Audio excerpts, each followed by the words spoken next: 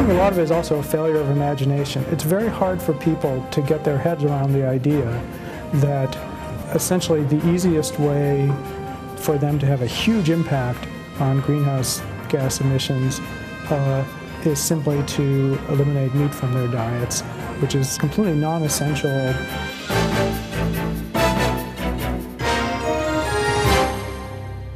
Greetings, perceptive viewers, and welcome to Planet Earth, Our Loving Home, featuring Dr. Patrick Brown of the world-renowned Stanford University School of Medicine, USA, who will discuss the devastatingly harmful environmental effects of animal farming and why he believes all such agriculture should end. Dr. Brown, a vegan, is a leading scientist in the area of genomics, or the study of genomes, and is recognized as one of the top biochemists in the U.S. He is an investigator with the Howard Hughes Medical Institute and became a member of the prestigious U.S. National Academy of Sciences in 2002. Dr. Brown has also done significant work outside his research field. For example, in 2000, he co-founded the Public Library of Science, a free online journal database that offers scientific and medical articles to promote open, effective sharing of new discoveries. As he is deeply concerned about our planet's future, this distinguished scientist is currently taking time off from his research work to pursue a number of climate change-related initiatives. Among other endeavors, he is currently promoting the production of animal product substitutes so consumers will switch to eco-friendly ways of eating and organizing a broad-based scientific study to demonstrate the many ways humanity can immensely benefit from a global shift to a plant-based diet. Animal farming, it is by far the most environmentally destructive activity that humans are engaged in. 30% of the dry surface area of the planet right now is devoted to animal farming, either grazing or raising crops to feed animals. And 20% of the biomass of the planet is animals that are being raised for food.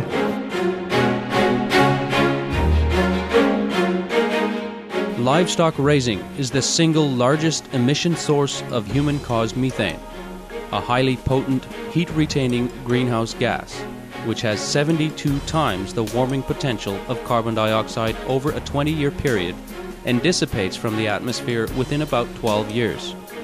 By contrast, it takes 1,000+ years for carbon dioxide to disperse from the air. Many leading scientists now agree that the fastest way to cool our planet is to end livestock breeding because it will limit methane and other dangerous greenhouse gas emissions. I think people have been slow to recognize the magnitude of the contribution of animal farming to greenhouse gas production. It's only relatively recently that it's been reasonably widely recognized that it's a major contributor.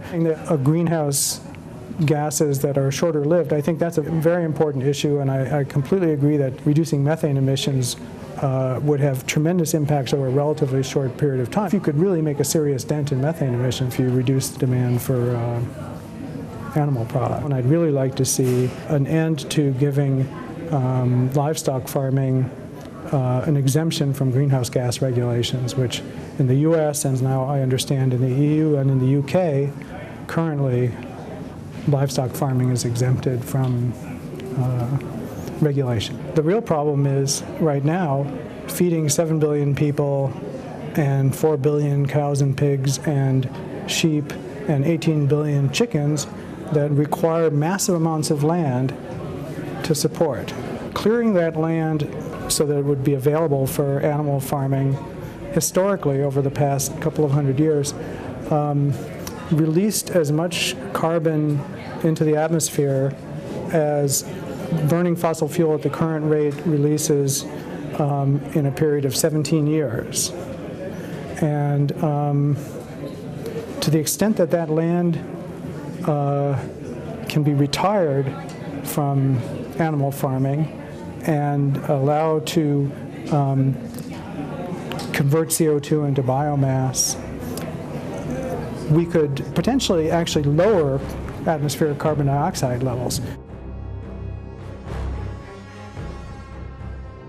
Meat production consumes a tremendous amount of Earth's scarce freshwater resources and is inherently inefficient when compared to growing plants for food. To produce one serving of beef, over 4,500 liters of water is needed, while one complete vegan meal with tofu, rice, and vegetables requires only 370 liters of water.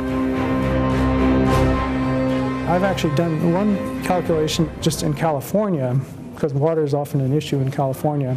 So I looked at what would be the effect on the cost of meat and dairy products produced in California if everybody had to take the total cost of water in California and everybody was paying the same price per gallon for it, okay? Right now, agriculture is paying a tiny fraction of what household users are paying. If they basically made it all even, it would increase the cost of meat and dairy products produced in California by 50%. Which would, I think, have a huge impact on consumption. My guess is probably it would make beef and dairy farming in California unprofitable, and it would just come to a complete halt. So I would love to see the subsidies stopped. It would have a huge impact on the costs, and it might be actually a way of dealing with the taxation issue. For example, if you said you have to pay more for water and land use, that's an interesting idea. According to John Robbins' best-selling book, A Diet for a New America, if the meat industry's water costs were no longer subsidized by U.S. taxpayers, the real price of half a kilogram of hamburger would be $35 US and $89 US for the same amount of beef steak. We're subsidizing the eventual cost of all the environmental damage that they're doing. So I think there's little doubt that sometime in the next 50 years, there's going to have to be an extremely costly global effort to remedy the causes of climate change, probably water pollution, water shortages, stuff like that, that are driven to a large extent by animal farming. Sooner or later, that bill's going to come due. Basically, the people who are doing the damage are paying nothing for them. It's like running up a gigantic credit card bill and then handing it off to your kids to pay it. I think that the sensible solution is to tax these products, not just meat, but it will get a big price tag based on the environmental damage it does. If that were to happen, the prices would go up a lot. And I think that would have a huge effect on people's behavior. Dr. Brown is advocating for a market-oriented solution to end livestock raising and promote a vegan way of living. He believes that consumers will stop purchasing animal products when there are many animal-free, meat-like substitutes available at a cheaper price. I think that strategically, the only way that you're going to really make a dent in animal farming is by taking advantage of the fact that you can produce something that's nutritionally equivalent to the least expensive unprocessed meats for less than 4% of the cost of those meats, just using plant products, basically soybeans, other legumes, grains, and so forth. That, I think, is a huge business opportunity for a forward-looking food manufacturer or investor, because if you could take advantage of the low cost of production and produce a product that was the sort of sensory equivalent and had the cooking properties and handling properties of unprocessed meat, and sell it for half the price, all you'd have to do is show them the price tag, and I think there would be a strong incentive for people to change their behavior. People's food purchasing is very price sensitive. If you look at smoking rates, the biggest driver of the drop in smoking rates in the U.S., I think, has not been the little labels on the cigarette packages that talk about how unhealthy it is. It's a little label that says how much it costs.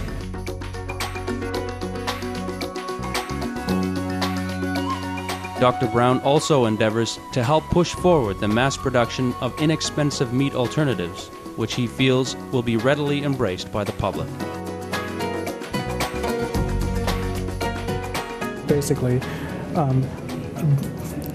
a significant fraction of my effort right now is actually trying to organize funding and a strategic plan for large-scale manufacturing of meat analogs to be sold to the mainstream consumer on the basis of lower price and equivalent quality. People who don't care about their health, they might just say, I could buy a pound of ground beef for $1.50, or I could buy this stuff that everybody tells me tastes the same, it looks the same, handles the same, and so forth, but costs half the price. Well, I've just started over the past month or so seriously talking to people who are venture capitalists and investors and about what I think is a tremendous investment opportunity, because if you can make a product that you can market to the mainstream consumer and could take some share of the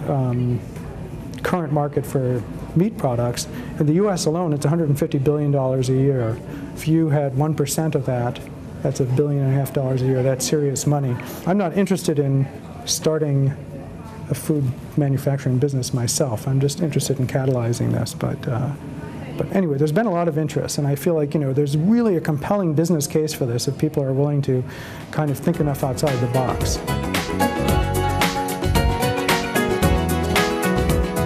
Dr. Brown also has plans to form a research group as part of his efforts to change government policies which currently support and encourage animal farming.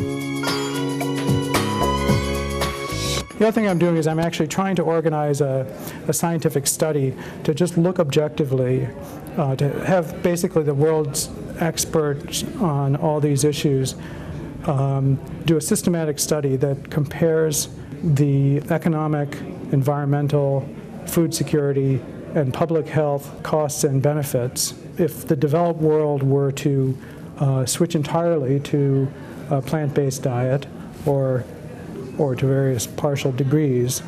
I just want it to be done rigorously and scientifically, but from everything I know, I think the answer is going to be it's a huge win in all those dimensions to make this transition away from animal-based foods. And if this study is done, which I'm trying to organize it as part of a group, National Research Council in the U.S., by a really authoritative group, I think it will have a small but significant impact on some public policy decisions.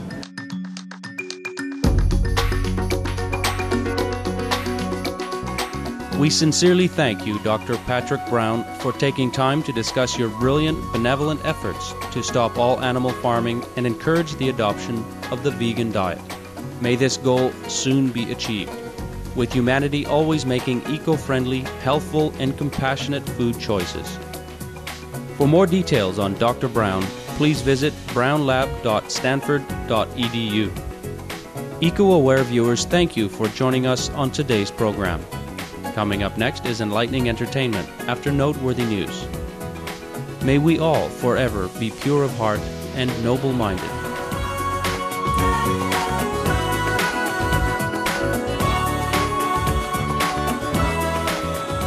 For more details, please visit www.suprememastertv.com/PE